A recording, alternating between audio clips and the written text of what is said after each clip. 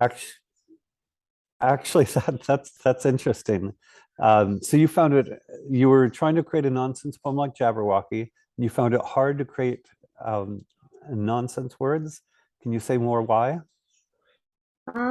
Well, at first I had to think of it and then kind of match it with another word to make sure Mhm. that it actually meant something so I could actually put it in there.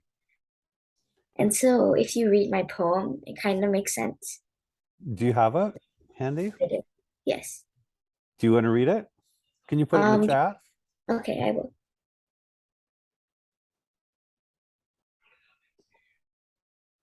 I think it's a very interesting thing.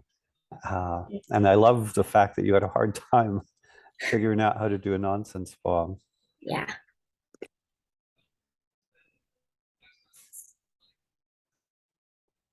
well, not that. Sorry. That's okay. That's okay. I think one of the things that makes Jabberwocky amazing is that it is mostly nonsense, but not entirely. Okay, cool. Do you want to read it for me? Okay. Twas a fuzzless prisoner whose happiness had long been lost, who was locked in a cell far underlow the surface, with rats and other critters rushing across the jough cold floor. Oh, though high above on the earth's surface, where the sun shined very briliously, the reeds swaked and the children played, they all remembered the rumerce prisoner who had been chastened so far away. The grown-ups would always alarm the younglings to not end up like the fuzzless prisoner, whose happiness had long been lost, with fragsels of bread and cheese to fill his empty soul. I So think as you can that's see, it kind of makes sense. I think that's wonderful. I think it's very cool. Um, and it's interesting that you, in every case where you made up a word, I'm looking at it. In every single case where you made up a word, in parentheses, you'll show us how you made it up, correct? Yes, or just the two words that I combined. Yeah. So it sounds like you didn't make up any completely nonsense words or any Yeah. completely new words. And did you say you tried to do that or you decided you didn't want to do that? I kind of tried in my mind, and then I decided that it would make more sense if I just put two words together and they would have more meaning. It sounds like you did not want to create a poem that had no meaning or no way to access the meaning. Is that accurate? Yes. So if we just made up noises, that's not Yeah, fun, huh? Um, because you could make up noises, right? You could make up words that had no meaning at all. that's true. Um, But then but it, how would the reader understand what it meant? I know it's a great question. It's a great question. And actually, given your poem, it makes me wonder um, if the author of Jabberwocky, his name was Lewis Carroll. I told you he was the same person who wrote Alice in Wonderland, right? Yes. So I wonder if Lewis Carroll knew the meaning of every word he used. And you're making me think he probably did. That is, he had some, because some of his words we could guess, just like with your words, they were combinations of two words. But I think there were some words where at least it was not obvious to me where his word came from. But you're making me think maybe he at least had some intention behind the word. So that even if whether or not we understood it, he understood it. Does that make sense? Yes. And if you had to make up a completely new word and you knew that there is unlikely that it's unlikely anyone could understand it, it sounds like that's less satisfying to you as an author. Is that To fair? make up nonsense words. Yeah, where there's no real chance of the audience understanding what you meant. Yeah. Yes. Okay.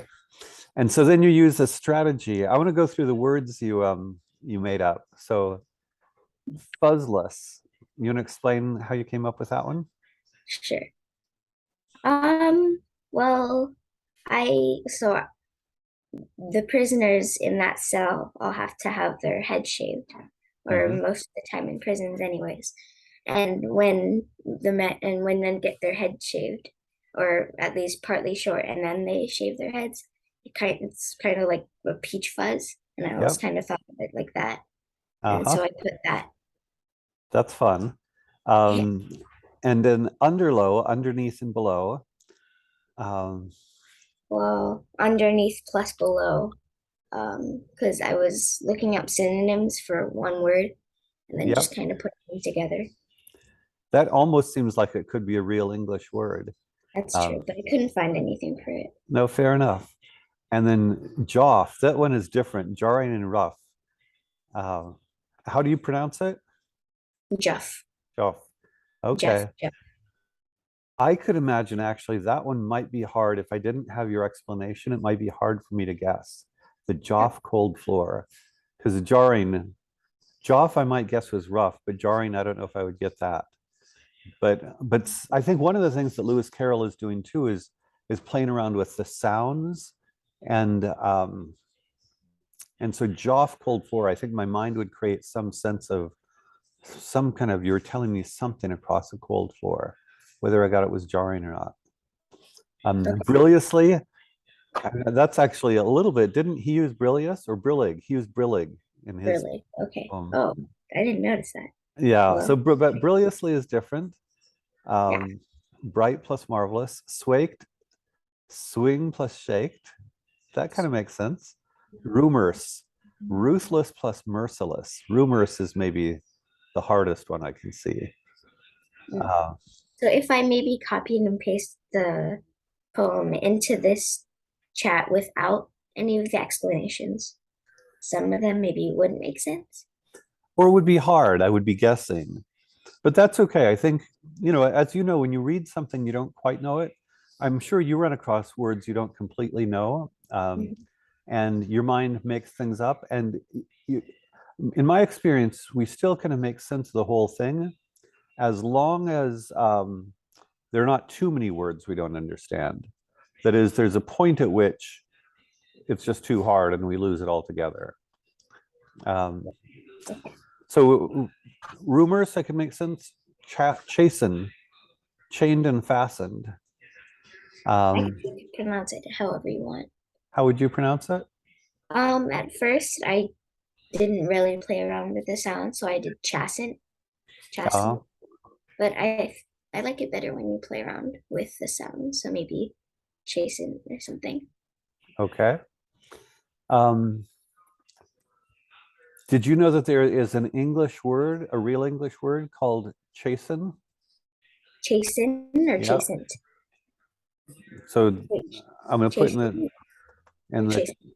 in the chat.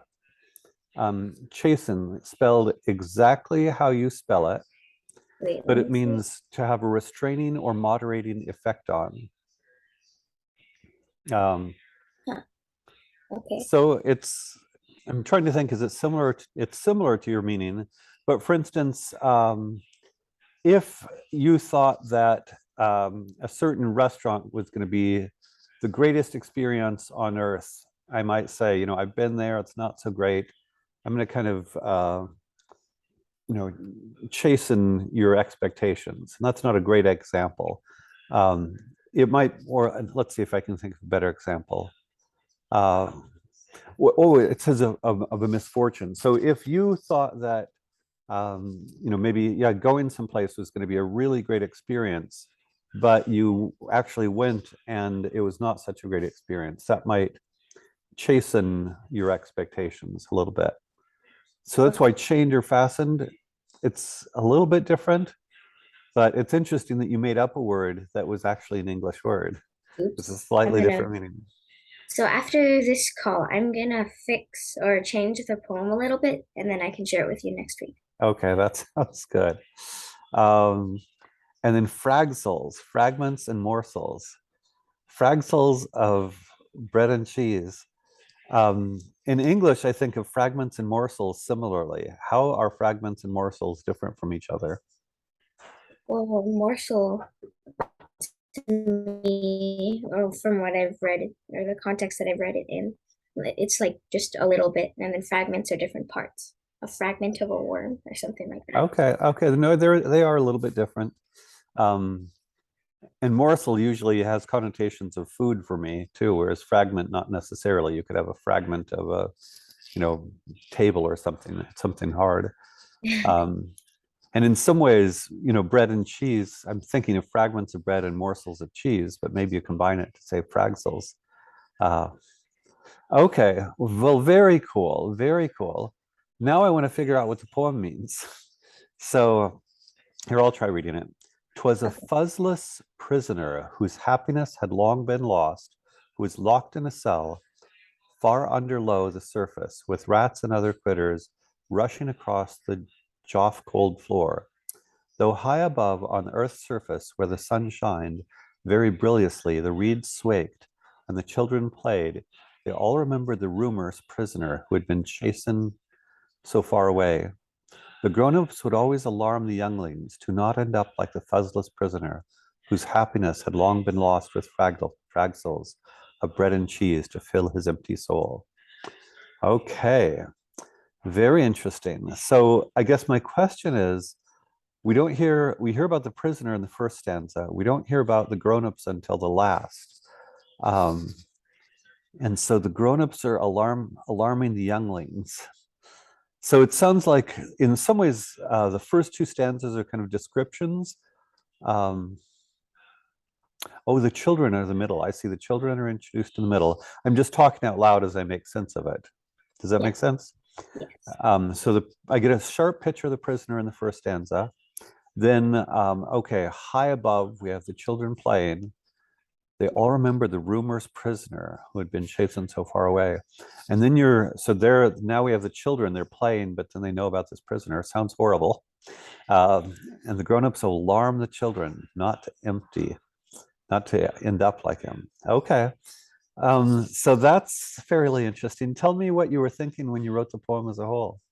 Um, well, I guess I just started writing about a prisoner, and then I thought that, well, it would be kind of a lesson for the adults to remind and alarm the children to not end up like the prisoner down there in the cell. So I Mhm. thought putting a lesson in there would be cool. Mhm. Um, I also liked the story, and I liked how all the words fit together. Oh, it's great. It's great. Have you run across a story a little bit like this before, or did you make up the whole thing with the prisoners below and the children above and the parents warning them? I didn't really base it on anything, but I kind of took the parent theme, or I kind of took the idea of putting adults in there from Jabberwocky, Uh-huh. because there's the mom in there Yeah. that warns the boy about the Jabberwocky. Yeah. Well, I think it's kind of a compelling scenario. I could imagine you writing a book or a story about this, because this whole thing of, children playing on top and the prisoners below. And then, of course, what I'm wondering right away is, how did the prisoners get down there, and how do the children know about the prisoners? And you know what I mean? I'm wondering about what the relationship is. Mhm. So I could imagine you writing a story where you tell us, I don't know, you'd have to make up something, obviously, about why are there prisoners there, and how do the kids know about them, and what's like, there are two worlds. I guess I'm wondering, there are two worlds, and what's the relationship between the two worlds? Did you figure that out, or you just got the poem done and that's as far as you went? I just got the poem done, but as you're saying that about writing a story, I'm thinking about it and kind of making up one right now. Are you still writing books? I am. I'm gonna start. I was busy in Hawaii and this summer was really busy, but now that I'm homeschooling, Hmm. I'm gonna start doing. And which is wonderful.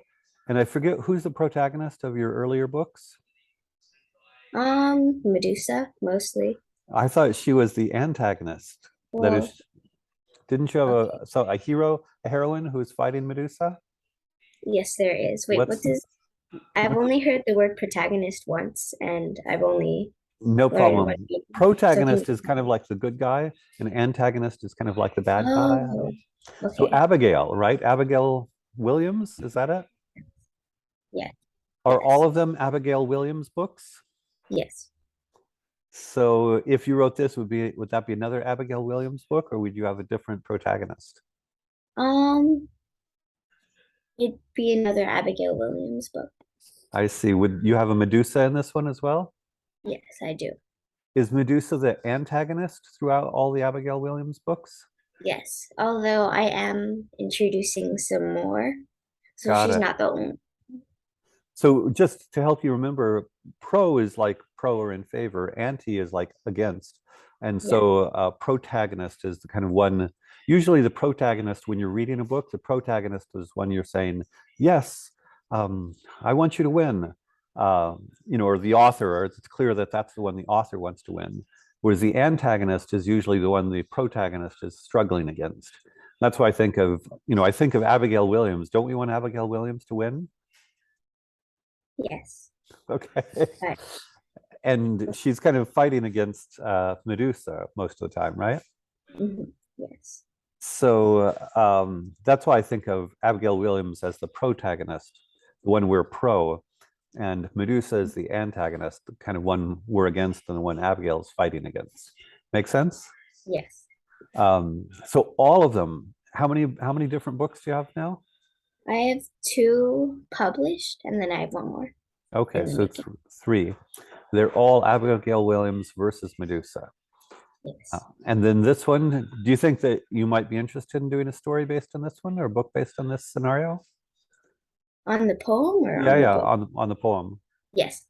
I'm gonna write that. Yeah, I mean, you can see how it's kind of interesting because you'd have to have an explanation for these two worlds. And so if you do a story based on this poem, I definitely want to read it, okay? I will. Okay. Well, I should let you go, but congrats. That really was a fabulous poem. I enjoyed it. It got my imagination going. I enjoyed the words and the not quite nonsense words. So congrats. And when is your birthday, by the way? It was on the 17th. So happy birthday, Thank because you. you're now a 10-year-old, correct? Yes, I am. All right. Happy birthday and welcome to the age of 10. Thank So maybe we'll see you next week, Alana. Okay, thank you. Bye-bye. You're Bye. welcome. Bye-bye.